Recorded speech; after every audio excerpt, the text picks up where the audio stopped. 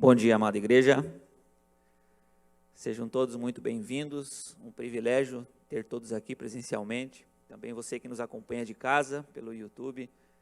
Você que ainda vai nos assistir também. Que o Senhor possa abençoar a sua vida.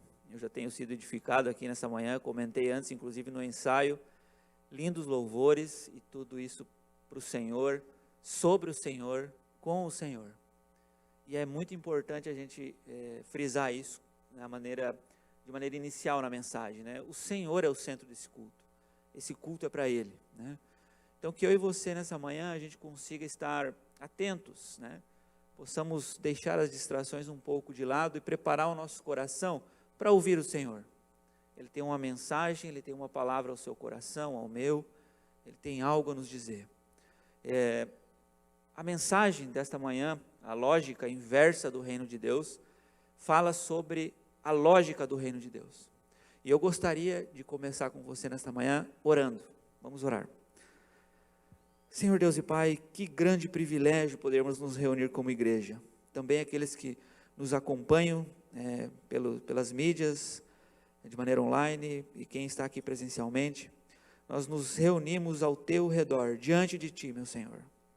Portanto, guia este culto, guia esta mensagem, prepara os nossos corações, nos guia a Te ouvir, a Te compreender. Senhor, nós prestamos culto a Ti por quem Tu és. Como acabamos de louvar, Tu és o Criador, Tu és aquele que governa sobre este mundo, que reina, apesar de tudo, apesar de nós e apesar do que se passa neste mundo, que muitas vezes não está de acordo com a Tua vontade. Mesmo assim, nós confiamos em Ti e consagramos esse culto a Ti. Portanto, Senhor, prepara os nossos corações, que possamos estar atentos à Tua voz, Te ouvir e Te obedecer. Muito obrigado por tudo, Senhor, é o que Te pedimos e Te agradecemos em nome de Jesus. Amém. Quando falamos em lógica, a lógica, ela vem da origem da palavra lógica, ela vem do logos, né? É uma palavra de origem grega, significa estudo, conhecimento.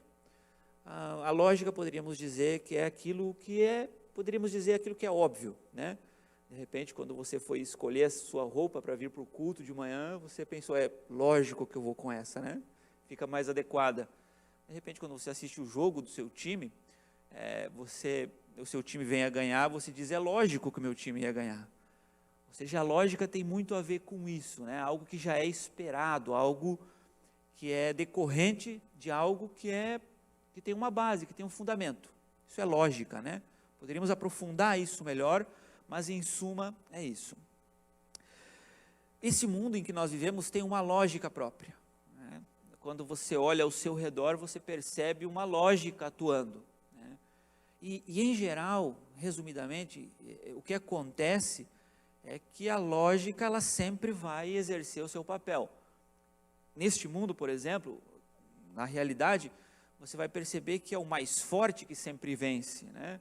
Talvez seja o mais inteligente, aquele que realmente tem mais força, a lógica segue esse rumo, né? Neste mundo que conhecemos. Mas a pergunta que nós podemos fazer é essa a lógica também de Deus? Será que Deus criou a lógica somente para os fortes, né? Porque quando a gente olha também para a maneira como a gente foi preparado, como a gente é preparado neste mundo, nós somos preparados para que a lógica exerça esse poder na nossa vida, ou seja, a lógica do indivíduo, né? Você e eu, nós somos preparados desde crianças a vencermos, né? Nós temos que ser os primeiros, nós temos que ser o melhor na nossa classe de aula, na faculdade, né? Na vida.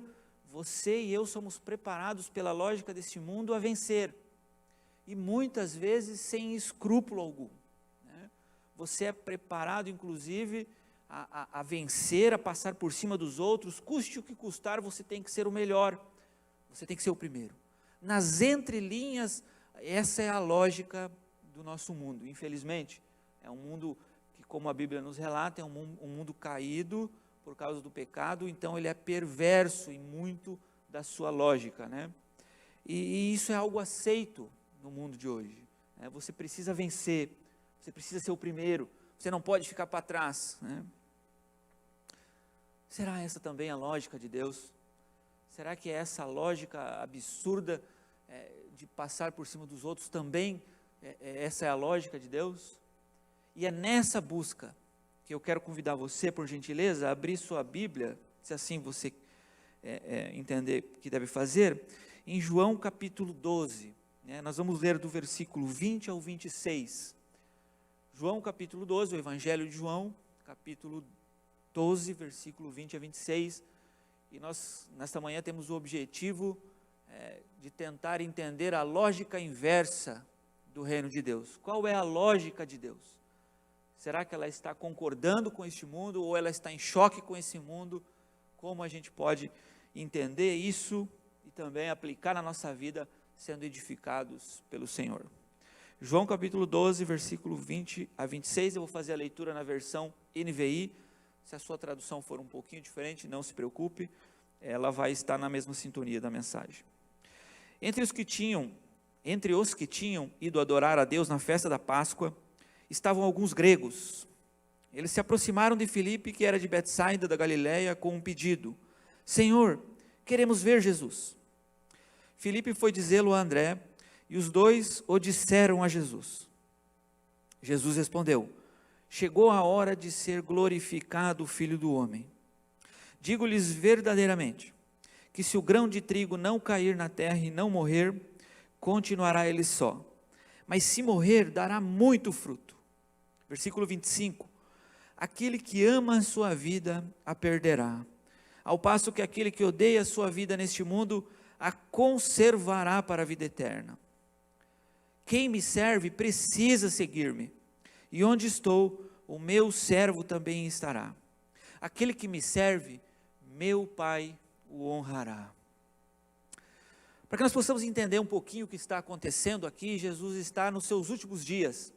É a festa da Páscoa, a festa judaica, comemorada na tradição judaica. Então, aqui está mais ou menos poderíamos dizer uma quarta, uma quinta-feira, antes dos momentos finais de Jesus. E Jesus está na festa da Páscoa de uma maneira um tanto oculta, como a gente vai observar no contexto. Ele está se escondendo dos judeus que estavam procurando uma forma de matá-lo, né? E ele também foi recebido de uma maneira, digamos assim, estranha, porque eles o recebem bem em Jerusalém, mas há grupos contrários aqui, e há um choque com a pessoa de Jesus. Os judeus não aceitavam o Senhor Jesus, os judeus mais ortodoxos, digamos assim, os fariseus da época, né? Eles não reconheciam Jesus como o Messias, como aquele que foi enviado por Deus, o cumprimento das profecias. Mas o Evangelho de João, ele tem essa preocupação, né, de apresentar Jesus como Filho de Deus, como Verbo encarnado. Portanto, esse texto se encaixa muito bem aqui, porque ele vai mostrar que Jesus é sim o Messias. Essa é a preocupação de João. Mesmo que os judeus não o reconheciam, né, a maioria dos partidos, fariseus, saduceus, não o reconheciam como Messias, João está afirmando: este Jesus é o enviado de Deus. Então, quando a gente precisa entender qual o motivo deles não reconhecerem Jesus, né? Existia uma lógica também no contexto da época, né? Os judeus tinham uma lógica também que estava de acordo com o seu mundo.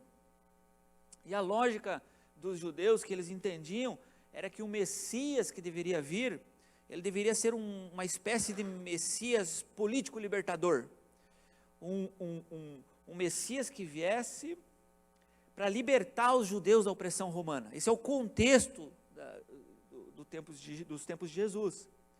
Mas quando Jesus chega de uma maneira humilde, nasce numa manjedoura, tem uma vida humilde, um ministério humilde, os judeus não entendem isso, porque eles esperavam um rei bravo, né, uma lógica de um rei forte que fosse subjugar o povo romano, libertar o povo de Israel e devolver esse domínio ao povo. Era essa a lógica que permeava a mentalidade do povo de Israel no geral na época.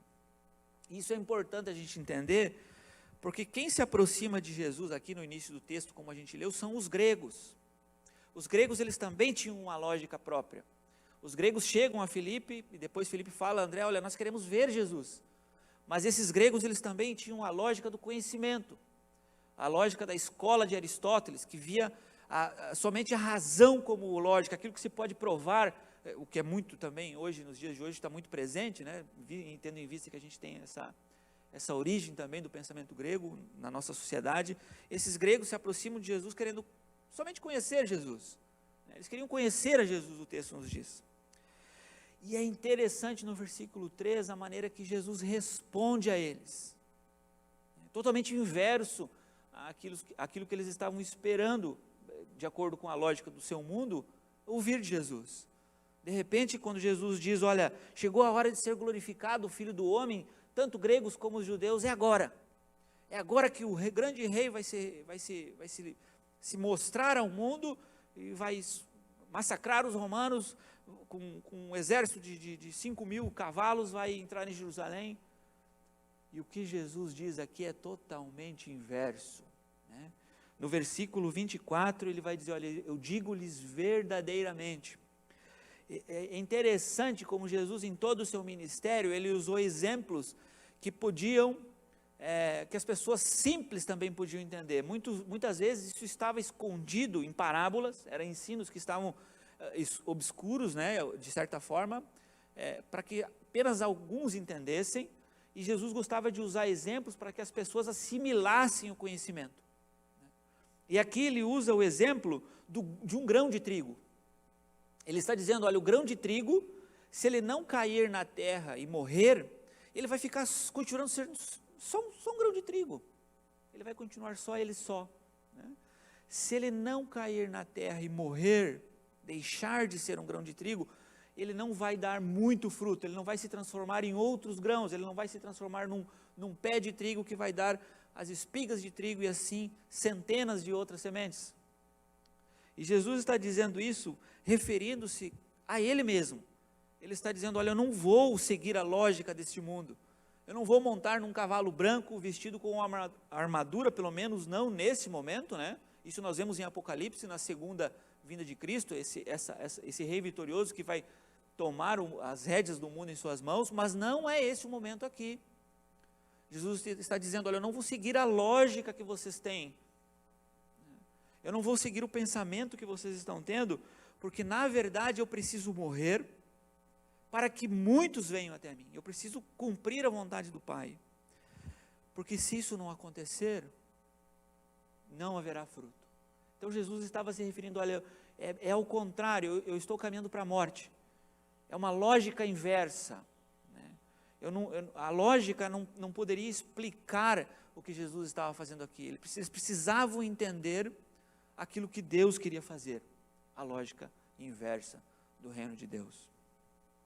E o interessante, quando ele está dizendo da sua obra, ele está profetizando sobre si mesmo, diz, olha, eu vou para a cruz, eu vou para a morte, eu vou fazer isso para que muitos sejam salvos. Ele está explicando isso, ele já vinha falando isso para os discípulos no contexto, ele já várias vezes preparando os discípulos para esse momento, mas no versículo 25, ele constata isso.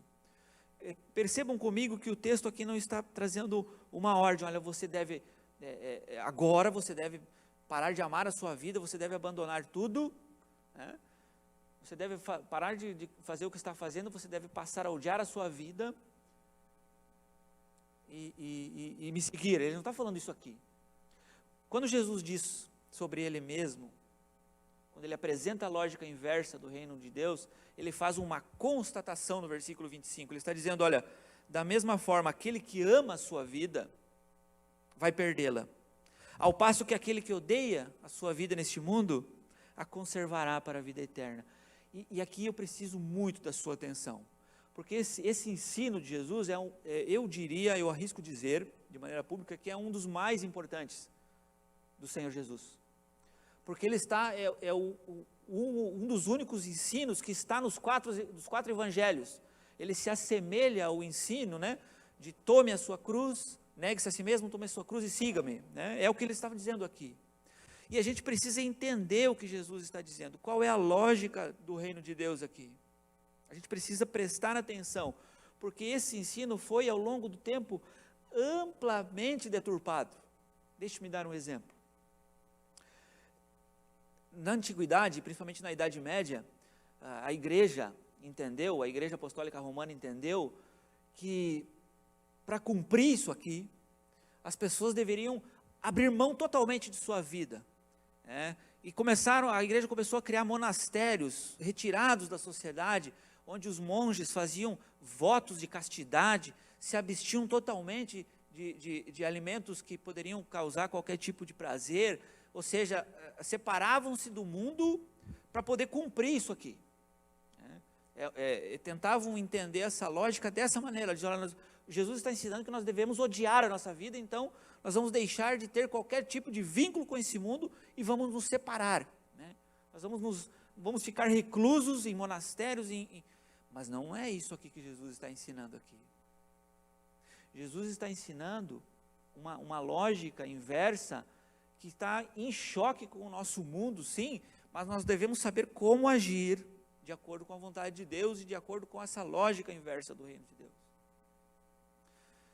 Para que a gente comece a entender isso, a gente precisa novamente olhar para a nossa vida, para o nosso mundo. Afinal, a mensagem, a palavra de Deus, ela precisa ser aplicada à nossa vida.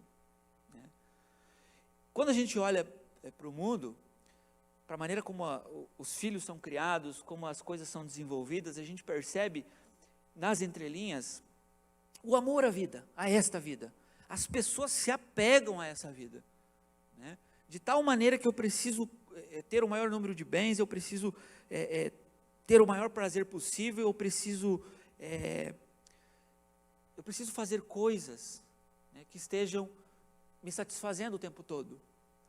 E é esse apego a essa vida que Jesus está dizendo que isso não vai te levar ao conhecimento da vontade de Deus, ele vai te levar para o outro lado, ele vai fazer você se apegar tanto a essa vida que você vai perder a verdadeira vida. É isso que Jesus está ensinando aqui. O apóstolo Paulo conseguiu entender bem isso. Em Filipenses, no capítulo 2, em versículo 8, você não precisa abrir, você pode continuar se quiser aberto em João, nós vamos retornar. Eu só quero mencionar como o apóstolo Paulo conseguiu entender essa lógica inversa do reino de Deus, entendendo a mente de Cristo. Em Filipenses capítulo 2, do versículo 5 a 8, ele diz assim: seja a atitude de vocês a mesma de Cristo Jesus, que embora sendo Deus, não considerou que o ser igual a Deus era algo a que devia pegar-se, mas esvaziou-se a si mesmo, vindo a ser servo, tornando-se semelhante aos homens. E sendo encontrado em forma humana, humilhou-se a si mesmo e foi obediente até a morte e morte de cruz.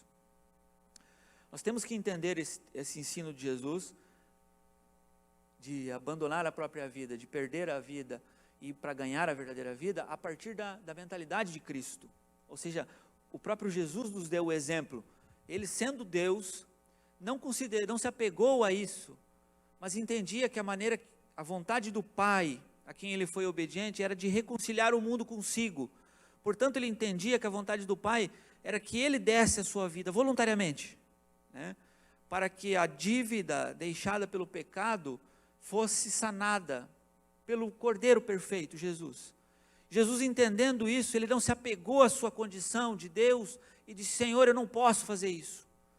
Ele não falou isso, bem pelo contrário, ele se deu para ganhar a verdadeira vida.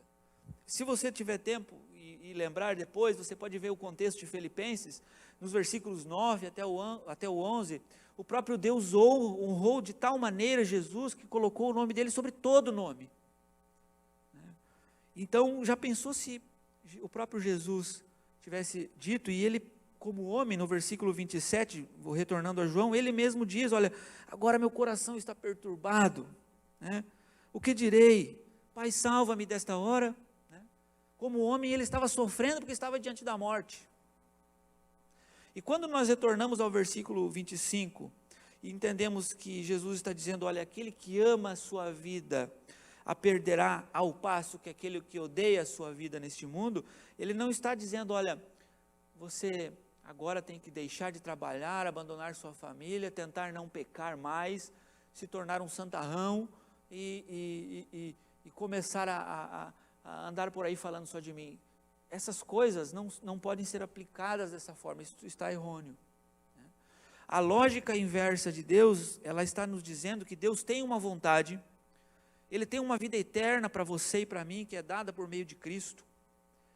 E que para mim ganhar essa vida, eu preciso entregá-la. Para mim ganhar a verdadeira vida, eu preciso entregar essa que eu tenho a Deus. Como é que a gente faz essas coisas? Como é que eu e você entendemos esse ensino de abrir mão da nossa própria vida, quando o ensino está dizendo, e é uma palavra pesada aqui, Jesus está dizendo, olha, você tem que odiar a sua vida para ganhar a verdadeira vida. Como é que a gente entende isso? Nós temos que começar a entender isso a partir do próprio Jesus. É sempre retornando para Ele, é sempre olhando para Ele, seguindo o exemplo dEle. Nós costumamos observar a palavra de Deus muitas vezes olhando para a gente, e isso não é equivocado, a gente precisa olhar para Jesus. Como é que Jesus viveu essa lógica inversa do reino de Deus? E me chama muito a atenção no fato de que, quando Jesus estava no seu ministério público, nos 3 anos em que ele passou, 2 anos e meio, 3 anos, ministrando, andando nas ruas, ele foi intencional ao abrir mão de sua vida e ir atrás daqueles que Deus queria alcançar. Ele foi intencional nisso. Eu fico imaginando a vida de Jesus caminhando nas ruas, almoçando com fariseus, conversando com prostitutas, abraçando leprosos, que eram pessoas excluídas da sociedade, intencionalmente. E a fama que ele pegou com isso, os evangelhos retratam também, ele acabou tendo uma fama ruim. Por hora os fariseus chegavam a ele e diziam para os seus discípulos, o seu mestre não sabe que ele está comendo com pecadores, Como é que a gente entende essas coisas? Quando a gente ama a nossa vida, a gente ama o nosso conforto, quando a gente ama a nós mesmos acima da vontade de Deus, e eu não quero ser de maneira nenhuma faltar com graça aqui nessa mensagem. Como eu disse antes, eu espero que Deus ministre ao nosso coração com forma graciosa, porque é o que Ele está fazendo aqui. Deus não está dando uma paulada na gente, Ele está sendo amoroso, Ele está mostrando o caminho. Quando a gente ama mais a nossa vida, o nosso conforto, você pode perceber, eu percebo isso na minha vida, a gente tem dificuldade de se importar com o outro, porque para amar o próximo, eu preciso abrir mão muitas vezes do meu tempo, do meu conforto. Eu vou ter que ouvir coisas desagradáveis muitas vezes, vou ter que conviver com pessoas que não são do meu círculo, vou ter que ser intencional ao fazer a vontade de Deus, ao ir até as outras pessoas. É por isso que a gente tem que olhar para como Jesus fez isso. Ele abriu mão da sua vida, entendendo a vontade de Deus, cumprindo a vontade de Deus, abrindo mão de sua vida. Ele não julgou que a sua vida era um lixo, era algo que deveria ser jogado fora, eu vou morrer agora, não, ele entendia que a sua vida era preciosa, e que ele devia dá-la à vontade de Deus, para que muitos fossem salvos. Essa lógica inversa do reino de Deus, que ensina o desapego às coisas deste mundo, e o apego àquilo que Deus tem preparado para nós, ela é inversa àquilo que nós estamos acostumados a ouvir, de pais, professores, da mídia. Os slogans que passam por aí, nas mídias, diga, viva a sua vida, aproveite a sua vida, tenha o maior número de prazeres possíveis, não perca tempo, curta, é o que a gente escuta por aí. Mas a lógica inversa que Jesus quer nos ensinar nessa manhã e por meio desse texto, de forma tão graciosa, nos mostrando o caminho para o Pai, dizendo, olha, entregue a sua vida, abra mão voluntariamente da sua vida, cuide da sua família, continue trabalhando, continue vivendo a sua vida, mas faça isso olhando para Deus, crendo no seu Filho, tendo uma vida de relacionamento com Jesus, buscando o reino de Deus. É isso que está ensinando, esse é o ensino central desse texto. E nós temos dificuldade de assimilar isso, porque muitas vezes a gente entende que isso na verdade é um suicídio social. Poxa, o meu círculo de amigos é tão legal, o meu sofá e o meu ar-condicionado são tão legais, e não há nada de errado com isso, não me interprete mal. É o apego a essas coisas que muitas vezes nos inibem a fazer a vontade de Deus.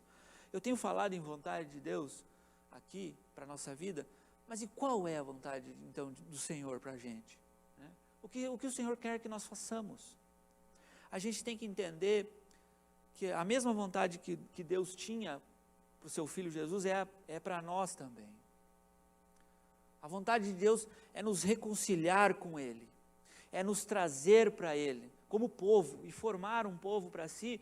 A igreja, né, no nosso tempo, foi o povo de Israel no Antigo Testamento, a igreja hoje, e conduzi-lo para estar com Ele eternamente. Essa é a grande vontade do Senhor. E Ele não poupou esforços para fazer isso. Ele nos amou de tal maneira que enviou o Filho dele para morrer por mim e por você.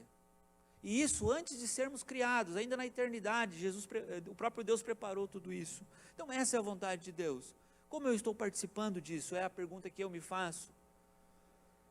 Eu estou cuidando da minha vida, eu estou me apegando à minha vida, ao meu conforto, aos meus ideais, ou eu estou abrindo mão da minha vida para fazer a vontade de Deus? E meus irmãos, isso aqui não é fácil. Eu repito, dizendo o que eu disse antes sobre Jesus. Eu fico imaginando Jesus sendo quem era, sem pecado, de repente, na casa de um fariseu, ouvindo tantas coisas contrárias, né, tendo que conviver com essas pessoas, e sem nenhum momento julgá-las, apontar o dedo para elas, olha, você está indo para o inferno. Mas ele entendia que esse convívio com as pessoas levava ao conhecimento do reino, e as pessoas que Deus queria alcançar seriam alcançadas pelo poder de Deus. Então é importante a gente entender o que Jesus está ensinando aqui. Eu quero usar um exemplo de um homem do Antigo Testamento, que entendeu essa lógica do reino de Deus de uma forma muito interessante.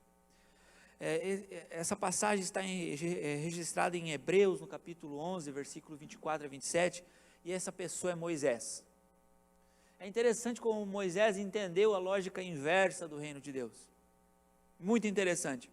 O texto de Hebreus relata de uma forma surpreendente e resumida a atitude de Moisés no Egito, quando ele ainda estava no Egito.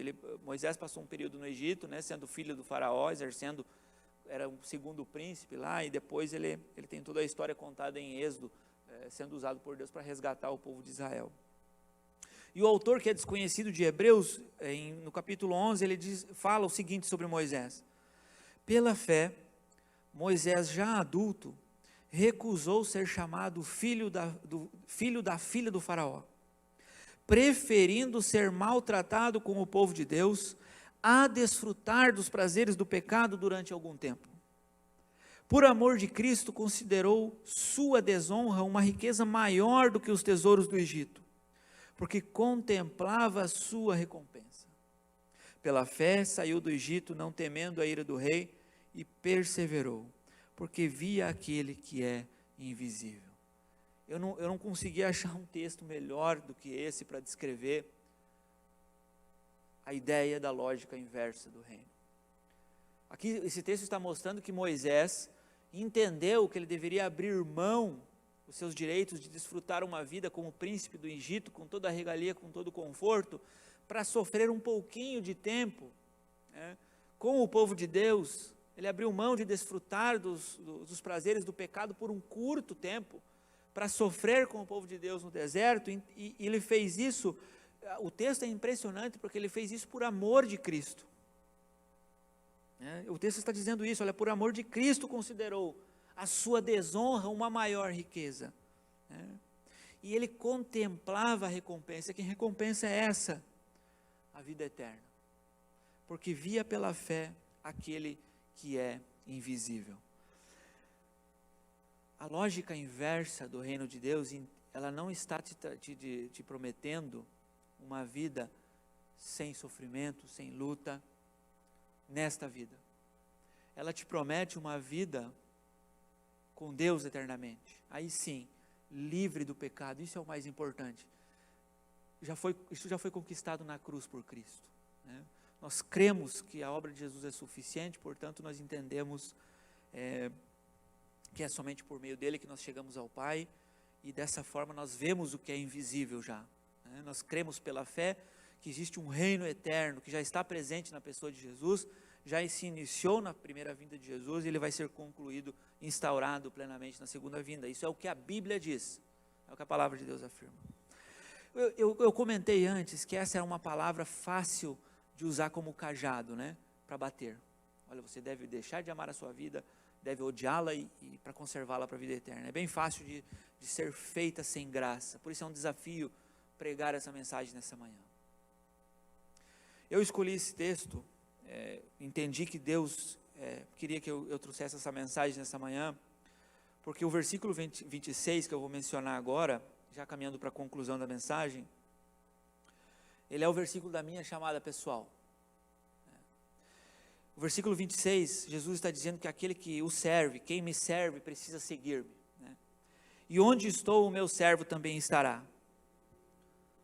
Ou seja, aquele que entende num relacionamento com Jesus, que Jesus já fez o que é necessário para salvar a sua vida, então você passa a se relacionar com Jesus, num relacionamento de amor com Jesus, entende que por amor Jesus deu a sua vida por você, que agora Ele habita em você, então nesse relacionamento você decide entregar a sua vida, isso é pessoal, é uma decisão de cada um, isso é algo a ser analisado por cada um, eu decido entregar a minha vida para Jesus, então nessa condição Jesus está dizendo, olha, você me serve, você que entendeu que você precisa abrir mão da sua vida nesse mundo, para ganhar a verdadeira vida, você me serve, você é meu servo, e você precisa me seguir.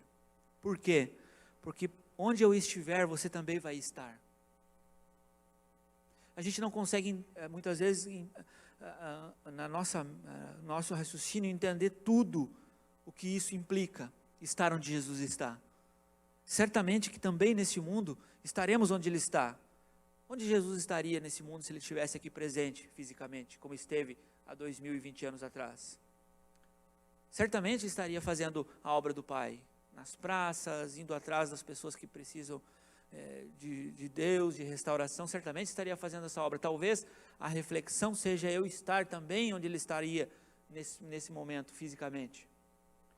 Mas também tem uma promessa futura, o verbo estar aqui está no futuro, estará, onde eu estiver, meu servo também estará, ou seja, a vida eterna com Jesus deve ser o nosso grande alvo, deve ser, a palavra correta não seria motivação, mas deve ser o nosso grande estímulo, uma promessa concreta do próprio Deus, de que nós vamos estar com Ele eternamente, livre de todo jugo, livre de todo pecado, de toda dor, de todo sofrimento. E o interessante, o mais importante, eu diria o bolo da cereja da mensagem, no final do versículo 26, aquele que me serve, meu Pai o honrará.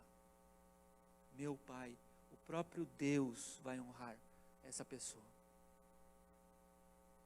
Talvez a gente olhe para o mundo e veja muita honra nesse mundo, né?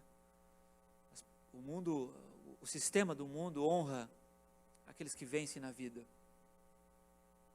Dão honras ao melhor, ao mais forte, aquele que consegue com mais força imprimir a sua própria vontade, o seu próprio conceito nesse mundo. Esse mundo honra essas pessoas. Mas o Pai vai honrar um outro tipo, o próprio Deus vai honrar os seus servos, um outro tipo de pessoa. Não as pessoas que pela força e pela lógica deste mundo subjugaram essa vida e se apegaram a essa vida. Não, o Pai vai honrar aqueles que entenderam quem Jesus é, por amor e no relacionamento com Ele, abriram mão de sua vida voluntariamente para segui-lo. Essa pessoa vai ser recebida com honras pelo próprio Deus. Você já pensou, já para pensar um pouquinho, em instantes, o que é ser recebido pelo próprio Deus nas portas do céu, e Ele dizendo, olha, você é muito bem-vindo aqui, meu filho, entre e goze comigo eternamente o que eu tenho preparado para você. Nós não temos a dimensão disso. Nós temos somente a dimensão de honra deste mundo, da lógica que honra aqueles que vencem nesse mundo. Isso nos limita a entender o que é o próprio Deus honrando aos seus filhos. Entre, coma comigo, ceie comigo, nenhum inimigo mais vai te importunar, nunca mais. O próprio Deus honrará aqueles que me servem. Nesse mundo, os principais honrados, as pessoas mais honradas são os líderes. São aqueles que pela força conseguem subjugar povos, que conseguem esmagar pela ditadura ou por ideologias, e isso é uma corrente, né, muito, muito presente, aqueles que pela força subjugam aos outros. A mãe de Tiago e de João chegou uma certa feita, isso está contado nos evangelhos, para o próprio Jesus e disse: Senhor, coloca os meus 2 filhos, um à tua direita e um à outra esquerda, para que eles possam, na mente dela, provavelmente, agora eu estou parafraseando, né, dizendo que meus filhos possam reinar contigo, subjugar contigo, né, a lógica dela do mundo, né, de um líder que é poderoso, que é, Senhor, coloca os meus filhos contigo, um à tua direita e outro à tua esquerda, né.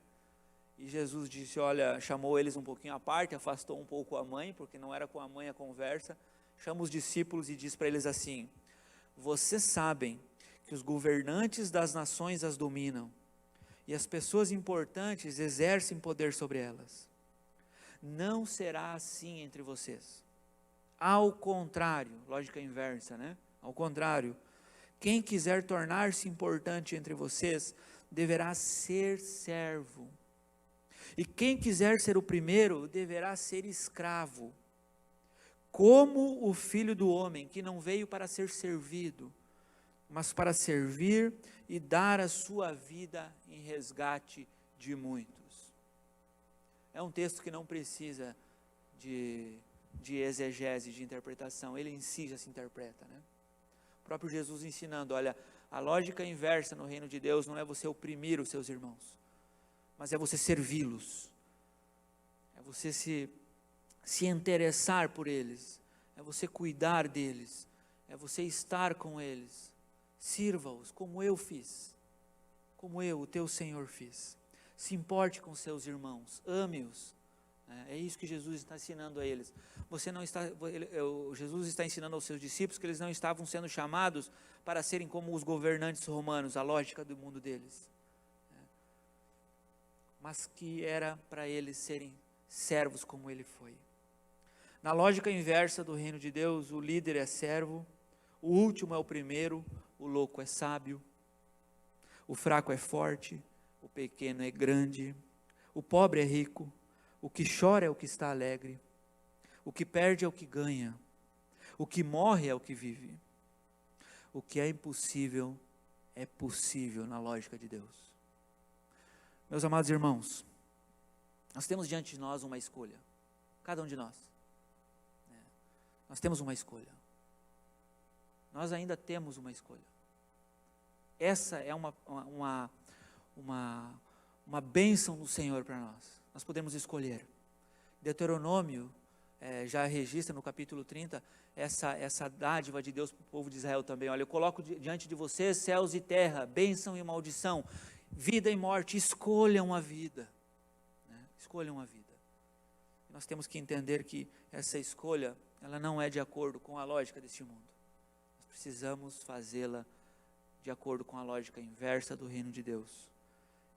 Façamos uma escolha sábia, porque ela será eterna, ela será definitiva e irrevogável quando o Senhor Jesus retornar. E Ele vai retornar, segundo as suas escrituras mesmo afirmam.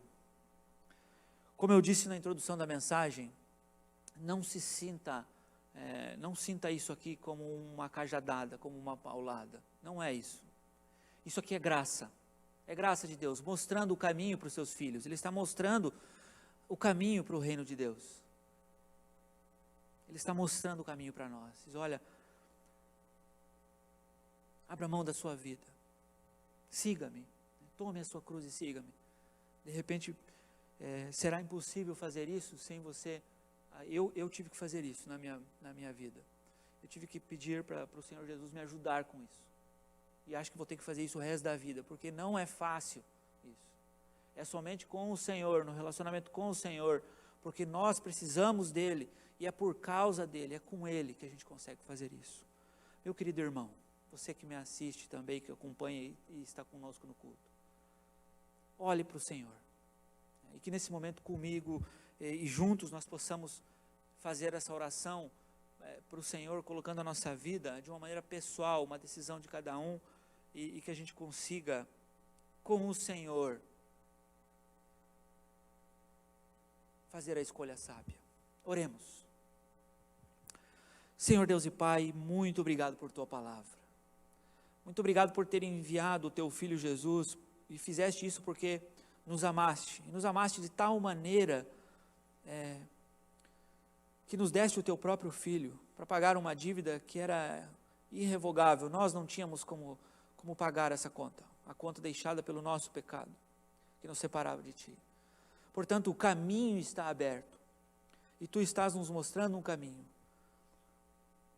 O caminho que não é o caminho do amor, do apego somente a esta vida.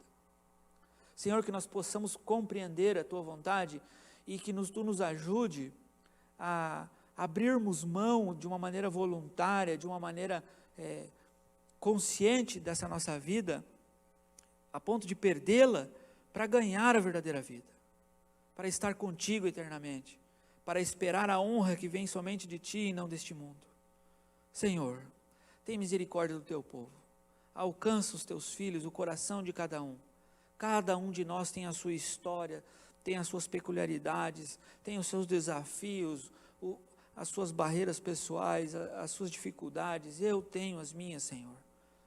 Nos ajuda em tudo isso, nos alcança lá no profundo do nosso ser e nos ensina, nos ajuda a cumprir a tua vontade, a amar os nossos irmãos, a nos importarmos por eles, a estarmos com eles, porque foi exatamente isso que tu fizeste.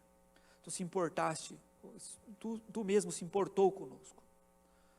Tu nos amou e nos ama, e é um Deus presente. Obrigado nesta manhã por tua palavra. Despede o teu povo em paz, capacita cada um de nós a sermos servos, filhos obedientes, amarmos uns aos outros e a ti mesmo sobre todas as coisas. Obrigado, Senhor, por isso, em nome de Jesus. Amém. Ainda haverá um período de louvor. Você pode... Não vão cantar? Então a gente ia ter eu me excedi um pouquinho no tempo, mas estão todos despedidos, e que o Senhor esteja com todos nesta manhã e nessa semana que se aproxima. Muito obrigado.